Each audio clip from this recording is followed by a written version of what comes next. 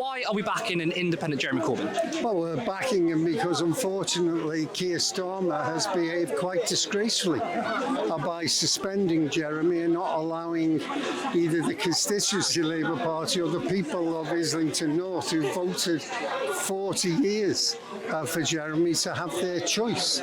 It's quite disgraceful what Keir did.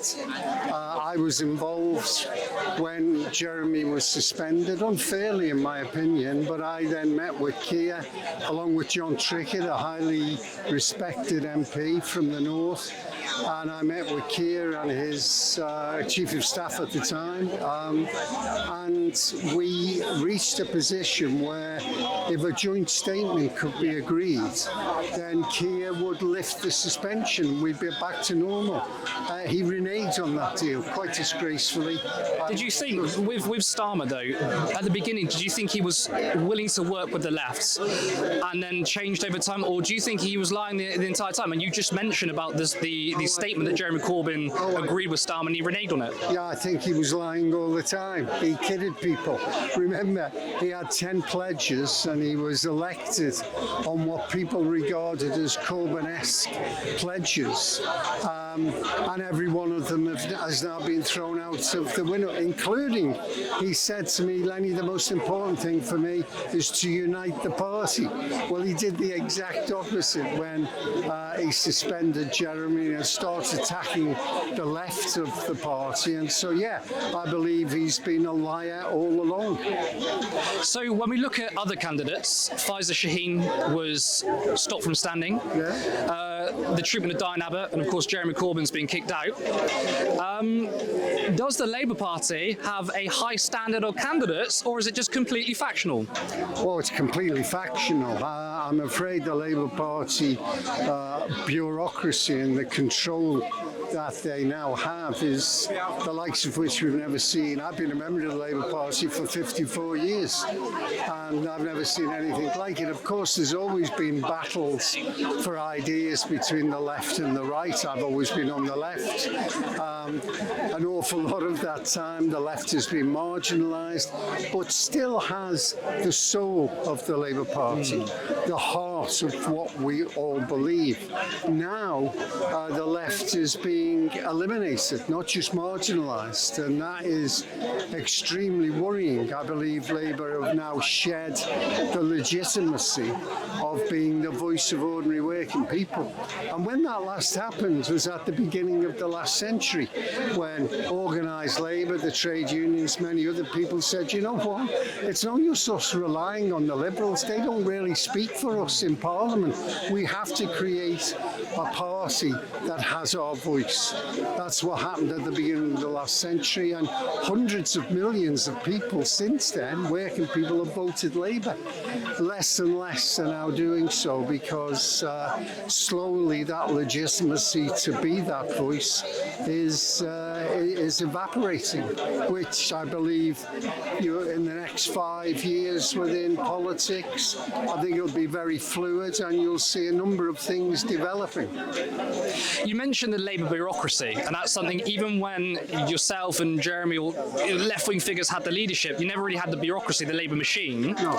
Do you think that open selection was something that should have happened? And if open selection happened under Jeremy Corbyn, do you think he'd still win the party? In retrospect now, yes, I do. There were reasons going back to then. Nobody wanted to cause a major split in the party, including Jeremy. I was General Secretary of Unite, and of course we would have voted for open selection had we not been asked by Jeremy for a different way.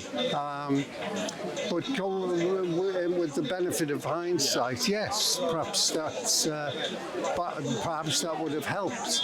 I mean, the reality is that once Jeremy became very close in 2017, the real establishment, I don't mean the right wing of the Labour Party, I mean the real establishment, they made a decision that they were not going to let that happen again, and they set about their project of, as I said in my speech, in trying to turn the Labour Party into a mirror image of the Democrat Party in America.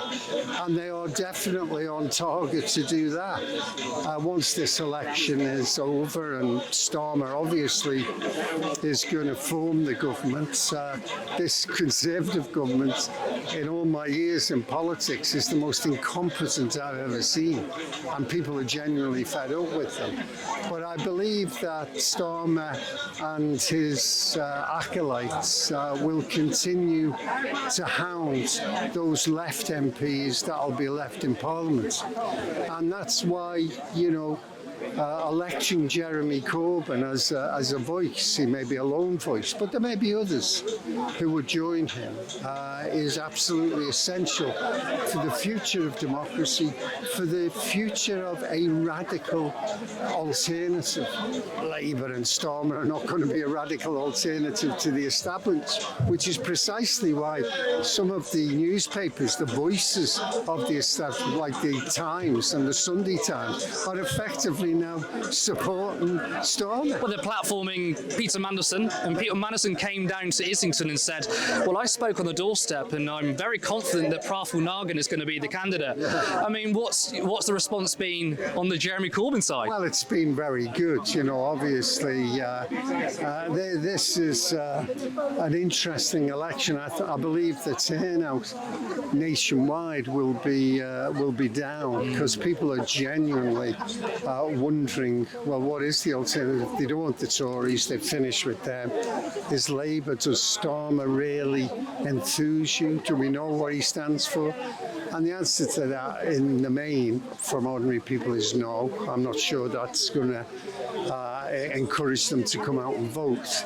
But what we do know is all of the radical pledges that they made have been ditched, and the establishment are more than happy with Keir Starmer, more than happy with Rachel Reeves. They know there's not going to be any real... We've got more billionaires joining the party, former Tory donors, Yeah, of course. jumping ship to Labour now. I mean, this is supposed to be the Labour Party. I mean, even if you're not that left-wing, surely this is a problem for the average voter out there. I mean, who are they voting for? Well, of course, the truth is the average voter doesn't get the information about the Tory donors joining, but it does lead to an apathy and do I really care? They're all the same.